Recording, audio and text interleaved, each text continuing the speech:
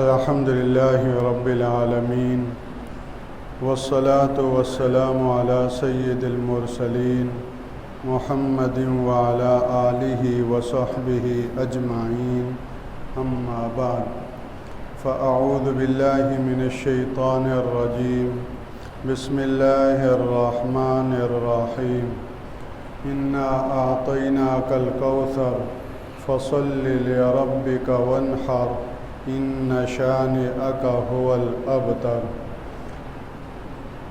وقال رسول الله صلى الله عليه وسلم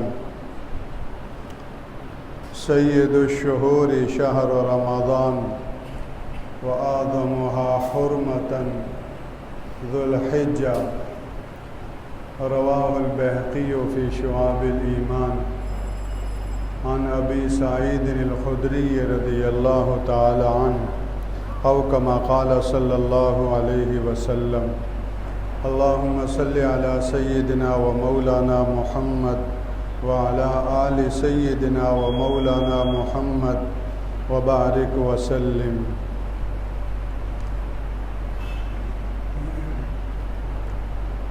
اس وقت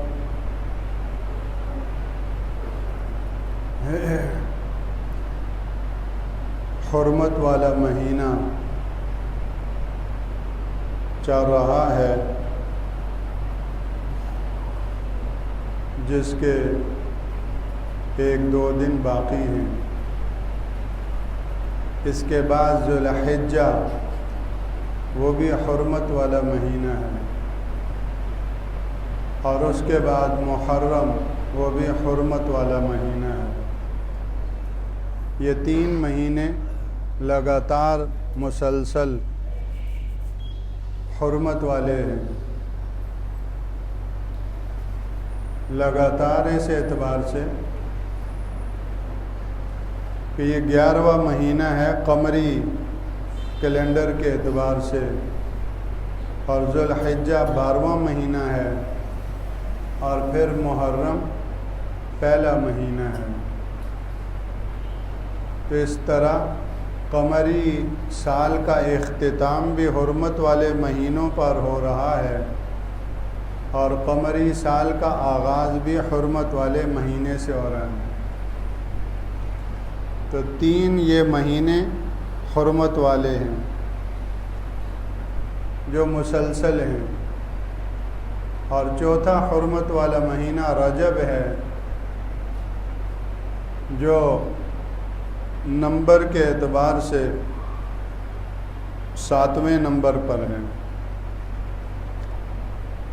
شعبان 8واں مہینہ ہے، رمضان 9واں مہینہ ہے. تو شعبان 8ویں مہینے سے پہلے 7واں مہینہ رجب یہ بھی حرمت والا ہے. اس طرح ایک حرمت والا مہینہ سال کے وسط میں اور درمیان میں ہے اور باقی حرمت والے مہینے سال کے اختتام اور آغاز میں. تو ایسا لگتا ہے کہ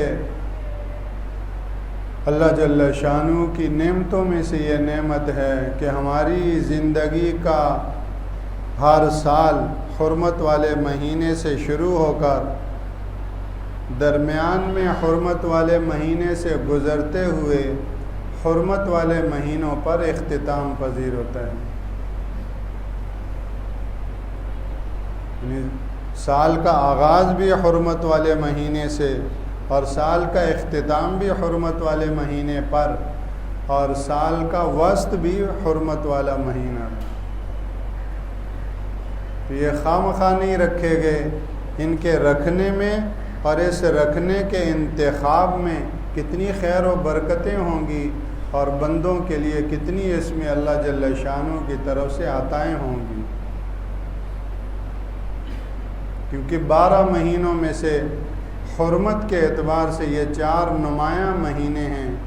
ان عدت الشہور عند اللہ 12 شہرا فی کتاب اللہ یوم خلق السماوات والارض منها 4 حرم ذالک الدین القیم. اور جاہلیت کے زمانے میں جب ہر چیز طے و بالا ہو رہی تھی، ان حرمت والے مہینوں کی حرمت اس وقت بھی اس جاہلی معاشرے میں بھی دل و دماغ میں اتنی نقش تھی کہ باپ کے قاتل تک سے بھی تعارض نہیں کرتے تھے ان حرمت والے مہینوں میں۔ بڑی بڑی لڑائیاں ہوتی تھیں، جیسے ہی حرمت والے مہینے آتے تھے لڑائیاں آٹومیٹک موقوف ہو جاتی تھیں، رک جاتی تھیں، اور ان لوگوں کی ذہنی جو حالت تھی ان حرمت والے مہینوں کے تقدس اور احترام کے اعتبار سے، وہ اس کی اجازت نہیں دیتی تھی کہ ان مہینوں میں لڑائی کی جائے اور کسی کا قتل کیا جائے۔ باپ کا قاتل ہے، اس کو دیکھ کر خون کھول رہا ہے، لیکن حرمت والے مہینے کی حرمت اس کو ہاتھ اٹھانے کی اجازت نہیں دیتی تھی۔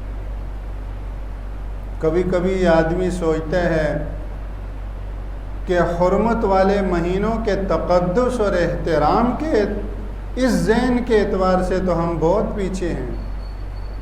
ہمیں تو بار بار یاد دہانی کروائی جاتی ہے کہ یہ حرمت والے مہینے ہیں، لیکن ہمارا اس طرف خاطر خواہ گویا کہ وہ توجہ ہی نہیں ہوتی۔ اور دیگر مہینوں کی طرح ان مہینوں کو بھی سمجھا جاتا ہے، اور ماحول معاشرے میں جو جرائم اور کرائم ہیں وہ اپنے معمول کے مطابق چلتے رہتے ہیں۔ اور اس کی ایک بڑی وجہ یہ بھی ہے کہ دین کی ترجمانی اور دین کی دعوت اور دین کی بات یہ صرف ممبر و محراب کی حد تک محدود ہو گئی ہے، باقی جتنے ذرائع ابلاغ ہیں سب فتنہ و فساد کے پھیلانے کا جو ہے سب شب و روز اس میں گویا کہ لگے ہوئے ہیں۔ حالانکہ حکمرانوں کی سب سے پہلی ذمہ داری دین کی ترجمانی ہے، اپنی عوام کی دینی رہنمائی اور تربیت ہے۔ ہر موقع کے اعتبار سے بر وقت دینی رہنمائی کرنا یہ تمام نیچے سے لے کر اوپر تک کے حکمرانوں کی اولین ذمہ داری ہے، اور کل قیامت کے دن ان سے پوچھ ہوگی۔ تو 24 گھنٹے جو متحرک اور مصروف کار ہیں ذرائع ابلاغ، ان کا مقصد تو کچھ اور پھیلانا ہے الا ماشاء اللہ۔ ہاں، ایک علماء ہیں اور صلحاء ہیں، وہ کسی حد تک اس فریضے کی ادائیگی میں محدود دائرے میں رہ کر وہ گویا کہ لگے ہوئے ہیں۔ اس لیے عمومی طور پر جہالت اور غفلت عام ہے۔ جس طبقے کا اور جہاں تک علماء صلحاء سے تعلق ہے ان میں تو علم کی روشنی ہے، باقی عمومی معاشرے کے اندر جہالت کے ڈیرے ہیں۔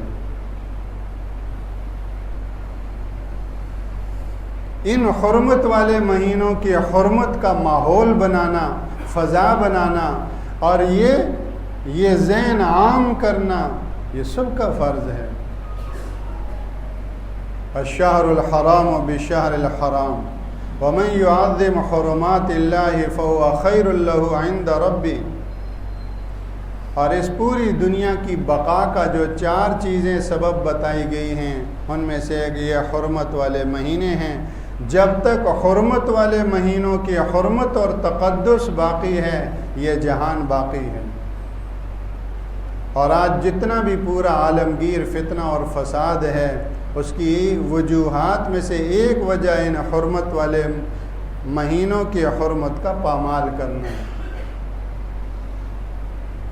غیر تو غیر اپنے بھی ان مہینوں کی حرمت کا خیال اور پاس نہیں رکھتے، اور پھر ان 3 حرمت والے مہینوں میں ایسا لگتا ہے کہ جو بیچ کا جو مہینہ ذوالحجہ یہ مرکز ہے، اور اس مرکزی حرمت والے مہینے کی حرمت کی پاسداری اور پاسبانی یہ دائیں اور بائیں والے دونوں مہینے کر رہے ہیں۔ ایک طرف ذوالقعدہ ہے اور ایک طرف محرم ہے۔ علماء فرماتے ہیں کہ حج بیت اللہ کی ادائیگی اور قربانی کے فریضے کی ادائیگی وہ ذوالحجہ میں ہوتی ہے، تو اس سے 1 ماہ پہلا اور 1 ماہ بعد دونوں کو حرمت والا رکھا۔ چنانچہ حجاج بیت اللہ الحرام وہ حج کی ادائیگی کے لیے جاتے تھے تو ان کو پہلے ایک بڑا وقت پرامن ملتا تھا، اور جب حج کی ادائیگی کر کے واپس اپنے اپنے علاقوں کو لوٹتے تھے تو ایک بڑا وقت ان کو امن کا، حرمت والے مہینے کا مل جاتا تھا۔ اس طرح حج کی ادائیگی کے لیے پہنچنا بھی سہل اور ادائیگی کے بعد واپس گھروں تک آنا بھی آسان ہو جاتا تھا۔ اور اس سارے عرصے میں ہر قسم کی لڑائیاں موقوف رہتی تھیں، اور تو اور چور اور ڈکیت اور لٹیرے جو راستوں میں قافلوں کو لوٹتے تھے، ان حرمت والے مہینوں میں ان کی لوٹ مار بھی موقوف ہو جاتی تھی، اور حج کے قافلے بسہولت پرامن طریقے سے بیت اللہ پہنچ کر اور واپس ہو جاتے تھے۔ تو ذو الحجہ کا مہینہ وہ مرکز ہے حرمت کے اعتبار سے۔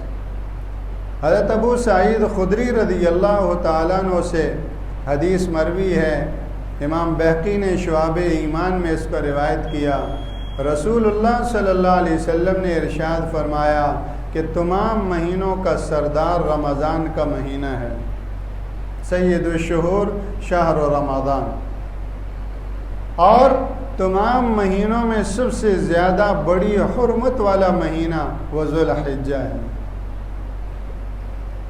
آدمها حرمتا ذو الحجہ۔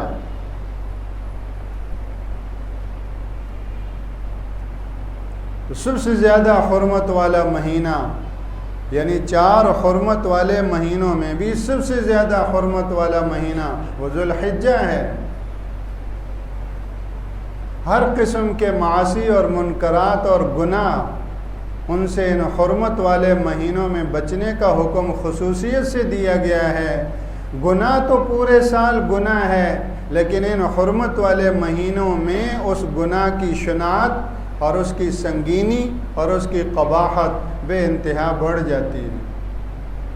جیسے اعمال کا درجہ بڑھ جاتا ہے، ایسے ہی معاصی اور منکرات کی سنگینی بڑھ جاتی ہے۔ حدیث میں ارشاد فرمایا، ما من ایام العمل الصالح فیہن احب الی اللہ من هذه الایام العشر، کہ ذو الحجہ کے جو پہلے 10 دن ہیں جن کو عاشرہ ذی الحجہ کے نام سے یاد کیا جاتا ہے، فرمایا کہ جتنا ان میں اللہ جل شانہ کو عمل صالح محبوب ہے، اتنا کبھی کسی وقت میں نہیں۔ تو علماء فرماتے ہیں کہ جب زمانے اور وقت کی وجہ سے اور مکان کی وجہ سے جہاں اعمال کا درجہ بڑھ جاتا ہے، وہیں گناہ ہونا اور اس کی سنگینی بھی بڑھ جاتی ہے۔